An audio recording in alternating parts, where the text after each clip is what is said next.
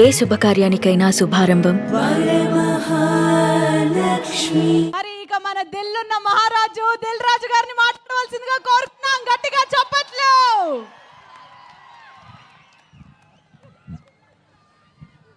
Sir మామూలు viral అవ్వద్దు, ఈ స్పీచ్ మామూలు వైరల్ అవ్వద్దు. బస్తీ మే సవాల్. శ్రీముఖి వైరల్ కావాలా సార్? Please sir. ఏం దావా చేసుకుందామా? చలికాలం చెట్లకు పోదామా? సార్ మా నిజామాబాద్ లో ఫేమస్ మటన్ చెట్లకి వెళ్ళి తెల్లగలు సార్.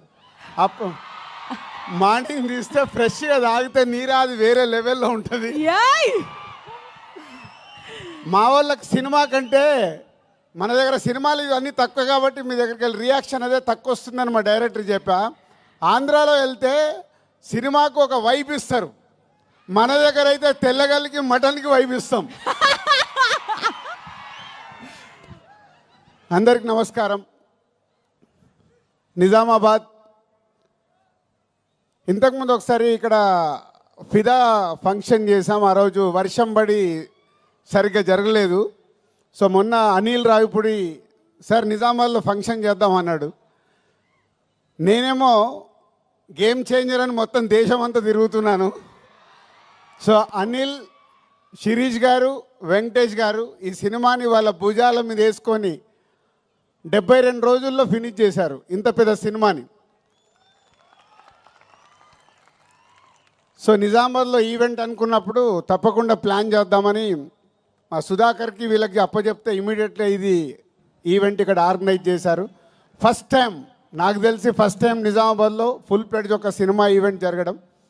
దానికి Sudhakar and police department and collector గారికి అందరికీ ఇంత తక్కువ టైంలో మాకు ఇవన్నీ ఇలా చేసి పెట్టినందుకు మీ అందరికీ పేరు పేరున ధన్యవాదాలు. నిజామాబాద్ అంటే ఎప్పుడో చిన్నప్పటికీ వెళ్ళిపోవాలి. ఇక్కడ పిక్చర్ ప్యాలెస్లో, విజయ్ థియేటర్లో, లలితామహల్లో, రాజారాజేంద్ర థియేటర్లో, నటరాజ్ థియేటర్లో రూపాయి చారణ టికెట్లో సైకిల్ మీద వెళ్ళి నేను శిరీష్ సినిమాలు చూసేవాళ్ళం 1980sలో.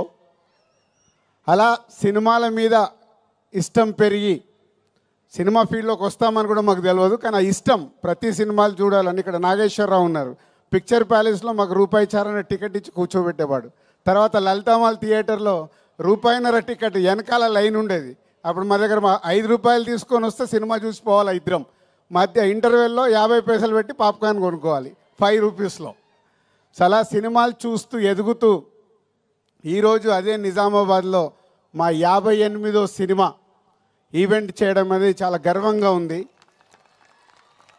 దానికి చాలామంది దర్శకులు, చాలామంది హీరోలు, సో హోల్ ఎంతో సపోర్ట్ చేస్తే మేము ఈరోజు ఈ పొజిషన్లో ఉన్నాము. సో ఈరోజు ఈ సంక్రాంతికి వస్తున్నాం.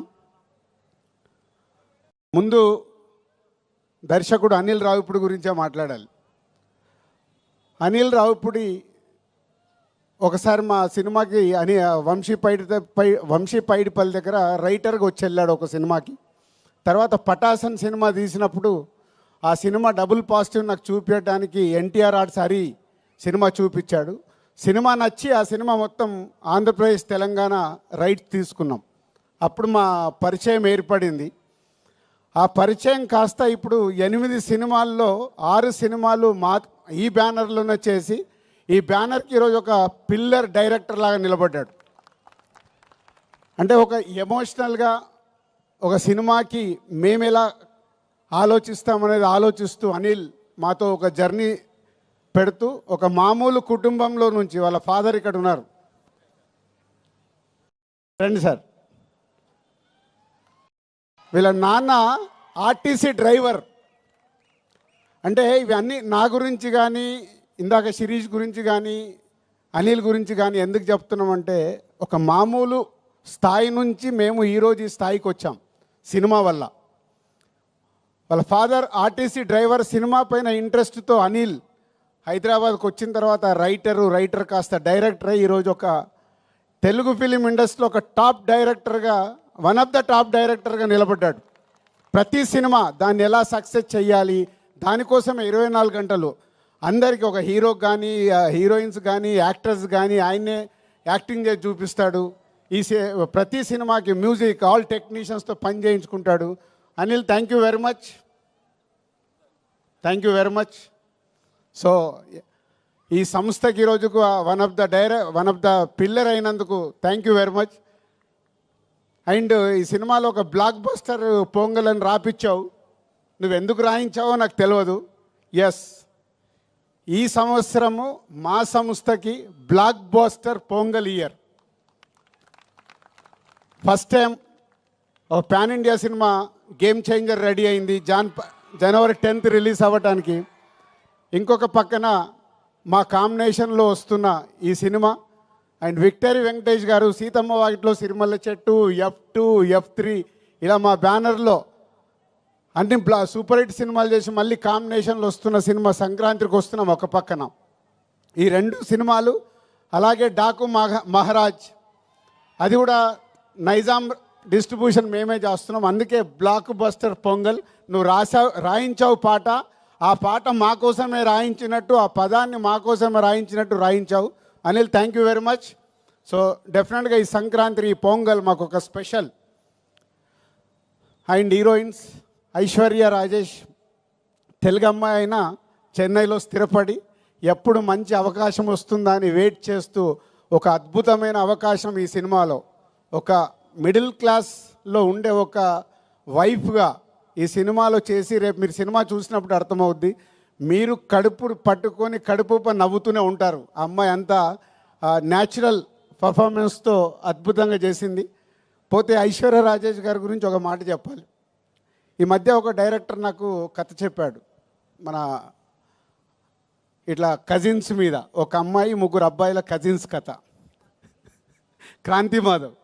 సో చెప్తే, సరే నేను ఐశ్వర్య రాజేష్ గారిని అనుకుంటున్నాను, 3 ఇలా అబ్బాయిలు కావాలి అని అంటే అప్పుడు చెప్పాను, ఇప్పుడు అలాంటి సినిమాలకు ప్రేక్షకులు ఓటీటీలో చూడటానికి రెడీ అయ్యారు, థియేటర్కి ఎలా వస్తారయ్యా, నువ్వు ఆగు అని ఆపాను. అప్పుడే ఈ అవకాశం వచ్చింది తనకి. అనిల్ చెప్పగానే ఇమీడియట్లీ ఈ సినిమాకి పెట్టాం. ఆ కథ మళ్ళీ చెయ్యాలని హోల్డ్ చేసి పెట్టుకున్నాం. సో అది కాంపన్సేషన్ అయింది నీకు. సో ఈ సినిమా ద్వారా డెఫినెట్గా నీ కోరిక తెలుగు ప్రేక్షకుల గుండెల్లో నిలబడిపోతుంది. అంత అద్భుతంగా చేసావు. అండ్ మీనాక్షి ఒక సైడు వైఫ్గా, ఎక్సలెంట్ వైఫ్ అయితే ఎక్స్ గర్ల్ ఫ్రెండ్, ఒక గ్లామరస్ క్యారెక్టర్, ఒక పోలీస్ క్యారెక్టర్ వేసి మీనాక్షి ఆల్రెడీ ఇందాక మీరు ఏవీలోనే డిఫరెంట్ క్యారెక్టర్లు చేసినట్టు చూసాం మనం. ఈ సినిమాలో కూడా తను అద్భుతంగా ఎక్స్ గర్ల్ ఫ్రెండ్గా ఎప్పుడు ఎక్సలెంట్ వైఫ్ను టీచ్ చేస్తూనే ఉంటుంది సినిమా అంతా. సో వాళ్ళ 3 కాంబినేషన్లో త్రౌట్ ఫిలిం అద్భుతంగా తీర్చాడు దర్శకుడు అనిల్ రావిపూడి. అండ్ వెంకటేష్ గారు, రామానాయుడు గారు, అంటే మేము మాలాంటి వాళ్ళకి ఎందరికో నిర్మాతలకి ఇన్స్పిరేషన్ రామానాయుడు గారు. నేను సినిమా ఫీల్డ్లోకి వచ్చేటప్పుడు రామానాయుడు గారిని ఇలాంటి టాప్ ప్రొడ్యూసర్స్, అంటే సినిమాలో ఇన్వాల్వ్ అయ్యి ఒక సినిమాని సూపర్ హిట్ చేసిన నిర్మాతలు ఎవరెవరు ఉన్నారని నేను చాలా అనాలిసిస్ చేసుకునేవాడిని, అంటే వాళ్ళ బాటలో నడవడానికి. అందులో మొదటి వ్యక్తి తెలుగు సినిమాలో రామానాయుడు గారు. మేము చూసిన వారు దాంట్లో ఒక నిర్మాతగా రామానాయుడు గారు చరిత్ర సృష్టించారు. ఇండియాలోనే టాప్ నంబర్ ఆఫ్ ఫిలిమ్స్ తీసిన నిర్మాతగా గిన్నీస్ బుక్లోకి ఎక్కారు. సో వారి తర్వాత వెంకటేష్ గారు సినిమా ఇండస్ట్రీలోకి హీరోగా వచ్చినప్పుడు మేము మా నర్సింగ్పల్లి, మా ఊర్లో ఉన్నాం. అదే ఇయర్ నాగార్జున గారు, వెంకటేష్ గారు ఇట్లా 2 హీరోలు లాంచ్ అవుతున్నారని మేము స్వాతిలలో దీంట్లో చదువుకుంటూ మాట్లాడుకునేవాళ్ళం. మాట్లాడుతున్నప్పుడు ఎవరికి ఫ్యాన్ అవ్వాలి, నాకు ఎందుకో వెంకటేష్ గారి ఫోటో చూడగానే నేను వెంకటేష్ గారి ఫ్యాన్ అయ్యి ఫిక్స్ అయ్యాను. సో హైదరాబాద్ వెళ్ళాక కలియుగ పాండవులు ఫస్ట్ సినిమా రిలీజ్ అవుతే 1 వీక్ ముందు అడ్వాన్స్ బుకింగ్ టికెట్ తీసుకొని కలియుగ పాండవులు ఫస్ట్ షో చూసా. అలా నాకు తెలియకుండానే నేను సినిమా ఫీల్డ్లోకి వస్తానని కూడా నాకు తెలియదు అప్పుడు. కానీ వెంకటేష్ గారి ఫోటో చూసి నేను ఫ్యాన్ అయ్యి కంటిన్యూ అయ్యాను. సినిమా ఫీల్డ్లోకి వచ్చిన తర్వాత మళ్ళీ పవర్ స్టార్ పవన్ కళ్యాణ్ గారికి కనెక్ట్ అయ్యా. సో వారిద్దరు నా అభిమాన హీరోలు. సో రామానాయుడు గారి కుటుంబంలో నుంచి ప్రొడ్యూసర్ తనయుడుగా సినిమా ఇండస్ట్రీలోకి వచ్చి నేను 30 ఇయర్స్ అయింది. అందరి హీరోలతో పనిచేశాను. వెంకటేష్ గారు షూటింగ్లో ఉంటే ప్రొడ్యూసర్కి లొకేషన్లో ఉండాల్సిన అవసరం లేదు. ఆయననే డైరెక్టర్ని పిలుస్తాడు, తీ అంటాడు, అసలు పరిగెత్తిస్తారు. అనుకున్న టైంలో డబ్బు వేస్ట్ అవ్వడం వెంకటేష్ గారికి ఇష్టం ఉండదు. అది రామానాయుడు గారి దగ్గర ఉన్న క్వాలిటీ. సో అందుకే వెంకటేష్ గారితో సినిమా తీయటానికి ఎప్పుడు ప్రతి నిర్మాత రెడీగా ఉంటారు. దాంట్లో మేము ముందుంటాం. 4 సినిమాలు కంప్లీట్ అయినాయి. Thank you sir, thank you very much. ఈరోజు మా బ్యానర్లో 4 సినిమాలు చేసిన హీరో మీరు ఒకరే. 4 ఇంకెవరు రికార్డు బ్రేక్ కాలే, అందరు 3 దగ్గర ఆగారు. డైరెక్టర్ ఒకటే, డైరెక్టర్కి అప్పుడే చెప్పా, హీరోగా కూడా వెంకటేష్ గారే. 4 సినిమాలు బ్యానర్లో, అందరూ 2-3 సినిమాలు చేసిన హీరోస్ అందరు ఉన్నారు. Thank you sir. నిర్మాతని అంత ప్రేమగా అద్భుతంగా చూసుకునే హీరో మీరు. సో మీలాంటి వారు సినిమా ఇండస్ట్రీకి ఎంతో ముందుకెళ్ళటానికి, ముందు తరాలకు కూడా మీలాంటి వాళ్ళు ఎగ్జాంపుల్ అవుతారు.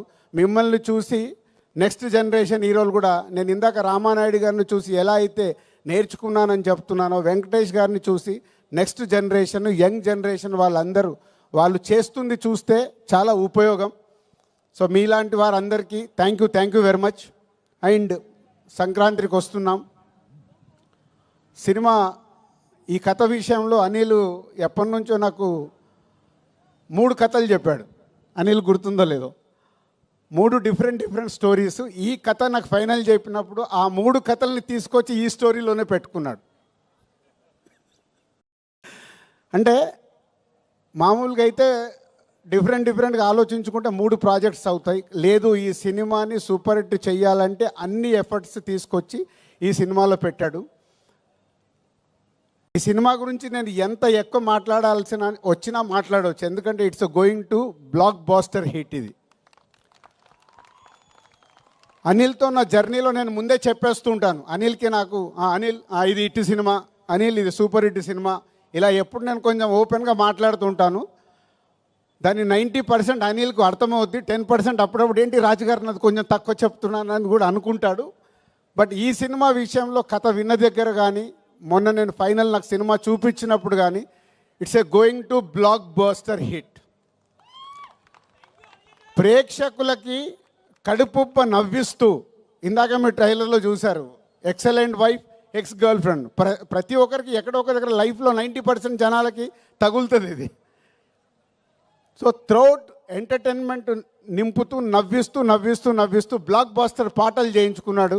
వచ్చిన 3 పాటలు ఇంకో పాట రావాలి. బీమ్స్ అద్భుతమైన మ్యూజిక్ ఇచ్చాడు. అనిల్ కూర్చోబెట్టుకొని పాటలు రాయించుకున్నాడు. అన్నీ అంటే ఈ సినిమాకు కావాల్సిన 360 డిగ్రీస్ అన్ని పేర్చుకొని సంక్రాంతికి బ్లాస్ట్ చేస్తూ ఒక బ్లాక్ బాస్టర్ హిట్ తీసుకురాబోతున్నాడు. So thank you Anil and Venkatesh garu and my heroines, my technicians and Sameer ఇక్కడ లేడు, photographer Sameer and editor and all మా డైరెక్షన్ డిపార్ట్మెంట్, మా ప్రొడక్షన్ డిపార్ట్మెంట్, మా ఈపీస్ అందరికీ థ్యాంక్ యూ వెరీ మచ్.